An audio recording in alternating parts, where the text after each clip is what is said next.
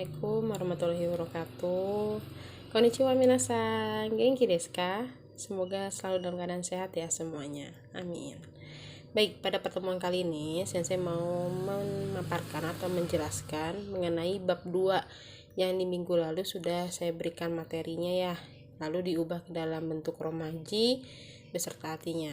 Nah, ini kita hari ini akan menjelaskan dari bab 2, yakni bentuk kute atau desga. Yang pertama ada 1A. 1A ya ini adalah untuk perubahan kata sifat i. Yang pertama ini ada bentuk positif. Yang kedua adalah bentuk lampau, positif lampau. Di bawahnya ada bentuk negatif dan negatif lampau. Kita mulai ya, minasan. Yang pertama ini ada bentuk positif. Bentuk positifnya itu hiroi. Hiroi itu artinya luas. Nah, berarti kan arti itu luasnya itu untuk sekarang. Menyatakan kalau luasnya adalah luas yang sekarang. Nggak tahu nih sebelumnya itu luas apa enggak, atau kedepannya bakal luas atau enggak. Misal, keadaan tanah itu luas untuk saat ini, berarti pakainya hiroi. Tapi kalau mau ngejelasin dulunya luas, itu caranya si i-nya ini nih. I yang paling belakang ini dicoret, diganti sama kata. Jadi awalnya hero ini artinya luas, tapi untuk menyatakan dulunya luas, caranya i yang terakhir dicoret diganti dengan kata. Jadilah positif lampaunya hiro kata. Artinya adalah dulunya luas. Ya, sampai sini paham ya minasang ya. Nah, yang kedua, ingin mengubah bentuk negatif, luas hiroi. Bentuk negatifnya berarti tidak luas. Caranya i yang terakhir ya dicoret, diganti sama kunai. Jadi kalau yang i terakhir dicoret diganti sama kata untuk menunjukkan lampau. Lalu kalau yang i terakhir dicoret diganti kunai berarti diubah ke dalam bentuk negatif. Jadi hiro kunai artinya adalah tidak luas. Nah, ingin diubah lagi nih, tidak luas. Untuk menyatakan bentuk lampau berarti dulunya tidak luas. Caranya, i yang terakhir ini nih, i yang terakhir dicoret diganti menjadi kata. Jadi, hiro kunai. Awalnya kan kunai ya, di sini ya. I-nya dicoret diganti sama kata. Jadi, hiro kuna kata. Artinya dari belakang nih, dulunya tidak luas.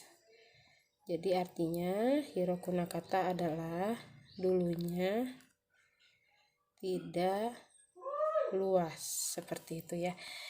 Seperti itu minasang. Untuk perubahan kata sifat i untuk menyatakan bentuk positif, positif lampau, negatif dan negatif lampau. Dan saya ulang ya. Untuk bentuk positifnya, contohnya ada hiroi artinya luas. Nah, untuk diubah ke positif lampau, yakni i yang terakhir dicoret diganti dengan kata. Jadi artinya adalah dulunya luas. Kalau hiroi-nya aja berarti keadaan luasnya untuk saat ini. Lalu bentuk positif ingin diubah ke dalam bentuk negatif. Masih sama, i yang terakhir dicoret tapi digantinya dengan kunai. Jadi awalnya artinya hiroi, i-nya dicoret jadi hiro kunai, artinya tidak luas. Nah, ingin diubah ke dalam bentuk negatif yang lampau, yakni i yang terakhir dicoret, hiro kunai diganti dengan kata. Jadilah hiro kuna kata. Artinya dulunya tidak luas. Seperti itu. Nah, kita lari ke selanjutnya, yakni perubahan pada kata sifat. Nah, contohnya ada shizukana. Shizuka itu artinya adalah sepi atau tenang. Untuk orang itu sifatnya adalah pendiam ya. Kalau untuk orang sifatnya ada pendiam. Nah, shizukana. Sebelumnya nih, apa sih sensei bedanya kata sifat i sama na? Jadi, dalam bahasa Jepang itu ada 2 ks. Ks itu adalah kata sifat. Ada kata sifat i sama ada kata sifat na. Kata sifat i itu adalah kata sifat yang akhirannya i. Contohnya oishi. Terus apa? Ii itu kata sifat i. Nah, kata sifatnya itu yang akhirannya na. Misalkan shizukana. Terus yumei. Nah, ini yumei sama kirei. kirei. Ini pengecualian ya buat dua kata ini. Jadi meskipun mereka akhirannya i, mereka termasuk ke dalam kata sifat na. Jangan tanya kenapa, karena aturannya dari bahasa Jepang seperti itu. Pokoknya kata sifat na itu yang akhirannya na, terkecuali yume sama kirei. Meskipun mereka akhirannya i, tapi mereka masuknya ke dalam kata sifat na. Seperti itu ya. Contoh yang pertama ada shizukana, bentuk positif artinya sepi atau tenang untuk saat ini. Kita ingin diubah ke bentuk lampau, berarti dulunya enggak sepi ya. Caranya, na-nya ini dicoret, diganti dengan deshita. Jadi artinya shizuka deshita. Artinya itu adalah dulunya tenang atau sepi. Ya, jadi kalau bentuk negatif positif lampau, na-nya dicoret diganti sama deshita. Terus diubah ke bentuk negatif nih. Positif diubah untuk negatif. Caranya masih si na-nya sama nih, na-nya dicoret. Tapi digantinya ke bentuk negatif sama dewa ari maseng. Jadi artinya tidak sepi atau tidak tenang. Nah, udah positif diubah ke negatif. Sepi. Terus dulunya sepi atau dulunya tenang, diubah ke negatif, tidak sepi, nah-nya dicoret diganti sama dewa ari maseng. Nah, lalu kita ubah lagi nih, negatif lampau. Jadi shizuka dewa ari maseng ditambahin sama deshita. Jadi gitu. Kalau kata sifat na, untuk bentuk positifnya pasti akhirannya selalu na. Lalu positif lampau, na yang terakhir dicoret diganti dengan deshita. Lalu untuk ubah positif ke bentuk negatif, na yang terakhir diganti sama dewa ari maseng. Lalu untuk menyatakan negatif lampaunya, setelah dewa ari maseng ditambah dengan deshita. Sampai sini cukup paham minasang? Kalau ada pertanyaan nanti boleh ditanyakan ya. Nah, selanjutnya kita akan belajar mengenai bumpo atau pola kalimat. Di sini saya sudah buat tiga pola kalimat lah kurang lebih. Yang pertama ini ada untuk menyatakan dua kalimat yang bertentangan. Kata kuncinya minasang tandai di buku catatan masing-masing. Tanda kuncinya adalah desga, kata kuncinya. Desga-nya sendiri itu artinya adalah tetapi. Jadi, kono heyawa hiroi desu ga kuroi desu.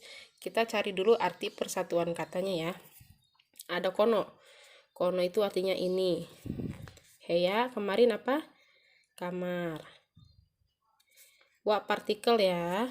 Hiroi tadi artinya adalah luas. Desu ga artinya tetapi dan kuroi artinya gelap. Des ini untuk menyatakan di penutup kalimat. Nah, berarti kono heya wa hiroi desu ga kuroi desu. Kalau menerjemahkan dicari dulu partikel wa-nya. Setelah ketemu partikel wa lari ke depan, berarti heya dulu yang pertama ya. Kamar ini lari ke sini luas tetapi gelap. Ya. Jadi kalau menerjemahkan dicari dulu partikel wa-nya, lalu ke kata yang di depan, ke depannya lagi, lalu kata sifatnya bertentangan ya, si desga-nya, baru kata sifat yang terakhir tutup sama des. Jadi kono heya wa hiroi desu ga kuroi desu. Artinya adalah kamar ini luas tapi gelap ya. Jadi kan betul menyatakan dua kalimat yang bertentangan, dua kata yang bertentangan, yakni kamar ini luas sih, tapi sayangnya adalah gelap. Seperti itu. Lari ke pola kalimat yang kedua, yakni untuk menyatakan keadaan dari suatu kata benda. Misalkan contohnya ada kono kohi wa amai desu. Kono tadi masih sama ya, ini. Kohi itu serapan bahasa asing dari kata kopi. Wa-nya partikel, amainya ini artinya manis. Desnya untuk penutup. Ya, kita cari partikel wa-nya dulu. Berarti yang pertama adalah depannya kohi atau berarti kopi ini manis. Jadi betul untuk menyatakan keadaan dari suatu kata benda. Menjelaskan kalau kopi ini nih itu rasanya manis. Ini yang dijelaskan adalah si manisnya. Sampai sini minasan cukup paham? Kalau ada pertanyaan, di save dulu, di keep dulu, nanti boleh ditanyakan ke sensei ya. Lalu yang ketiga, itu ada untuk menyebutkan dua kata sifat yang lebih dari satu. Contohnya untuk menyebutkan kata sifat i. Kono heya wa hiro kute i des. Kono heya, kononya masih ini. Heya-nya masih kamar. Hiro kute, nah ini tandai ya. Untuk perubahan dua kata sifat dalam satu kalimat yang sama. Jadi kalau mau menyatakan dua kata sifat kan yang pertama ada kata hirokute, kata sifat yang kedua ada i. Nah ini kata sifat 1 atau KS1, ini adalah KS2. Nah si hirokute ini kata dasarnya adalah hiroi. Yang tadi artinya adalah luas. Caranya kenapa jadi hirokute, si i nya dicoret diganti sama kute. Nah jadi kalau ingin menyatakan dua kata sifat dalam satu kalimat yang sama nih, kayak menyatakan si hiroi sama si i, gak bisa hiroi ides, tapi harus diubah dulu.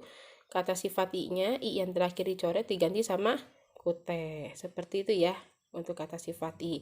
Nah yang diubah pakai kute-kutean hanya kata sifat yang pertama saja. Kata sifat yang kedua tidak perlu diubah ke dalam bentuk kute pada kata sifat i. Nah kita ulang ya. Kono heya wa hirokute i des. Berarti dicari dulu partikel wa-nya. He yang pertama ya, yang di depan. Berarti kamar ini luas dan juga bagus. Desnya terakhir.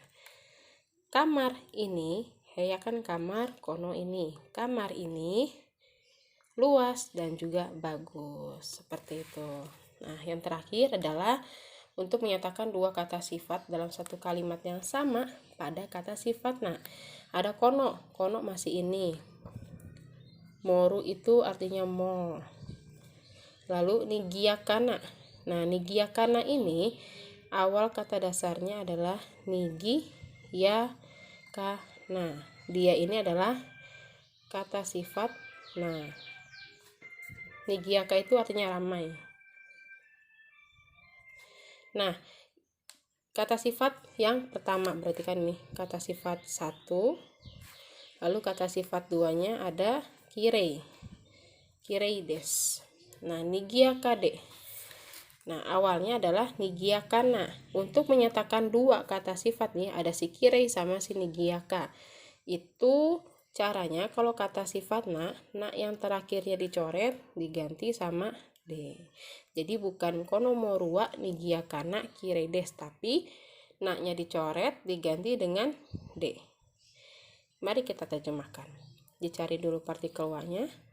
Lalu morunya yang pertama, ke depan lagi ada kono, berarti mall ini ramai dan juga kirei bersih. Seperti itu ya minasan. Jadi untuk bab ini kita sudah belajar mengenai perubahan kata sifat untuk menyatakan dua kata sifat dalam satu kalimat yang sama. Pada kata sifat na, D na-nya dicoret diganti dengan D. Kalau pada kata sifat i-nya dicoret diganti dengan kute. Lalu kita belajar pola kalimat untuk menyatakan keadaan dari suatu benda. Dan yang terakhir untuk menyatakan kalimat yang bertentangan. Kata kuncinya ada di desga, artinya tetapi. Selain itu kita juga belajar mengenai perubahan kata sifat i untuk positifnya, bentuk negatif dan juga negatif serta positif lampau. Begitu juga dengan kata sifat. Nah, oke, minasan, terima kasih yang sudah menonton videonya. Sayonara. Assalamualaikum warahmatullahi wabarakatuh.